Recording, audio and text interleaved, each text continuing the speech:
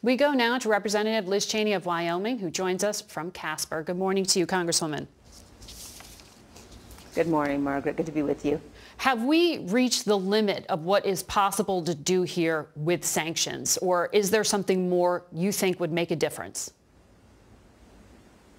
Oh, we certainly haven't reached the limit. I think that we have seen impressive progress. I think the fact that we've had the European countries and NATO united with the United States as we go forward is a very positive thing.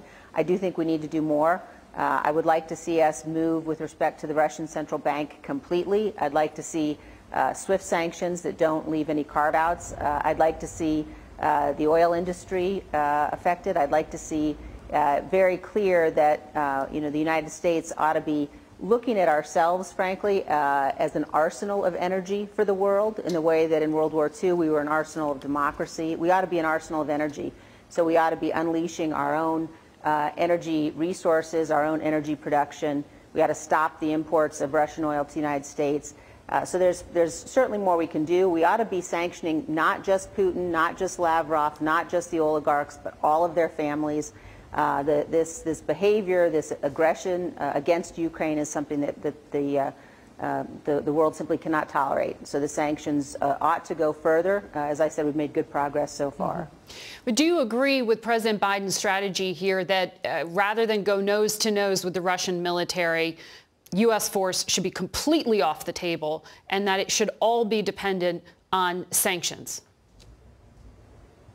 I think there are several things we need to be doing. We need to certainly be increasing the sanctions, as I've said, and I would have sequenced the sanctions differently. I would have done more early on. I think we need to make sure that we're rushing additional Javelin and Stinger missiles to the Ukrainians. I think we need to make sure that we get the supplemental assistance package that should be on the floor of the House this week. We need to get that moving.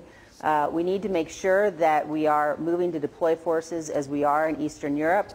We need to make sure that we're continuing to encourage our allies to do the same.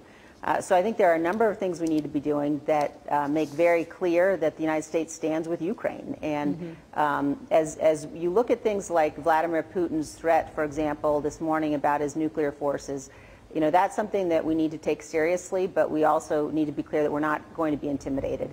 And one of our former U.S. ambassadors to Ukraine, John Herbst, has pointed out that it costs Putin nothing to make that threat, but it would cost him everything were he to follow through, certainly with any use of nuclear force. So the United States has got to be absolutely clear about that.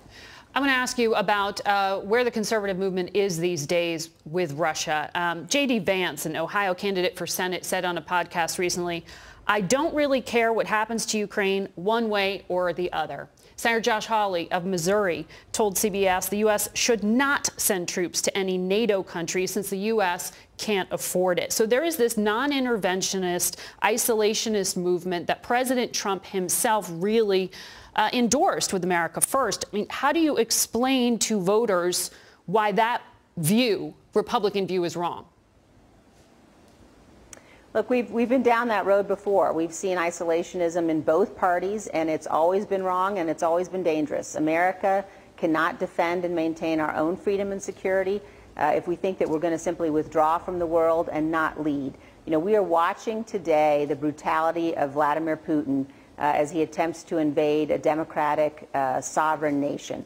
And anyone who thinks that U.S. freedom and security is going to be maintained if we take a step back and don't lead, you simply need to look at what's happening in Ukraine to recognize that those who fill the void when the U.S. steps away are people like the Russians, like the Chinese, like the Iranians.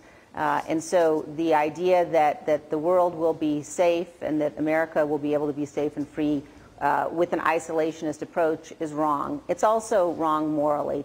America stands for freedom. America was founded on fundamental principles of freedom. And I think it's indefensible for people to abandon those or suggest that we have no view as between Russia and Ukraine in this battle.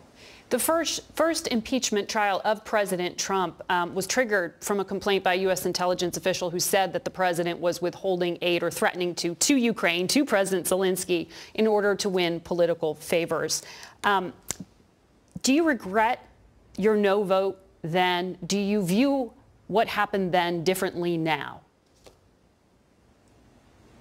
I don't regret my vote. I think any impeachment vote has got to be one that is based very clearly on the evidence. And I think that we certainly have learned a lot from that first impeachment trial that we are using as we move forward in the January 6th committee. I think that it's very important. You'll see with the January 6th committee we have a very aggressive litigation strategy. And I think that there were a number of instances in the first impeachment where it would have been important and decisive to have witnesses testify who did not come in and testify. We did not enforce those subpoenas. I think, though, it's very clear if you look at some of the challenges that we're dealing with now. President Trump spent a large part of his presidency, for example, attacking NATO, saying that NATO was obsolete, attacking our allies. And we are certainly seeing today how crucially important NATO is, how crucially important our allies are. I was very pleased to see that Germany has announced that they will be raising their defense spending to 2%.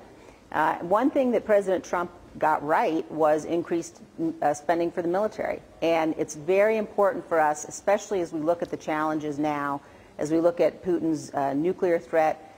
We cannot adopt policies like a no first use nuclear policy. We can't accept defense spending that is insufficient to defend our interests. We have to make sure that we are recognizing here at home what's important and necessary to defend ourselves. Well, I think that picture looks a lot different now that we see a city being bombed by Russia. We're going to talk about some of that ahead with H.R. McMaster. Thank you so much, Liz Cheney, for joining us. We'll be right back.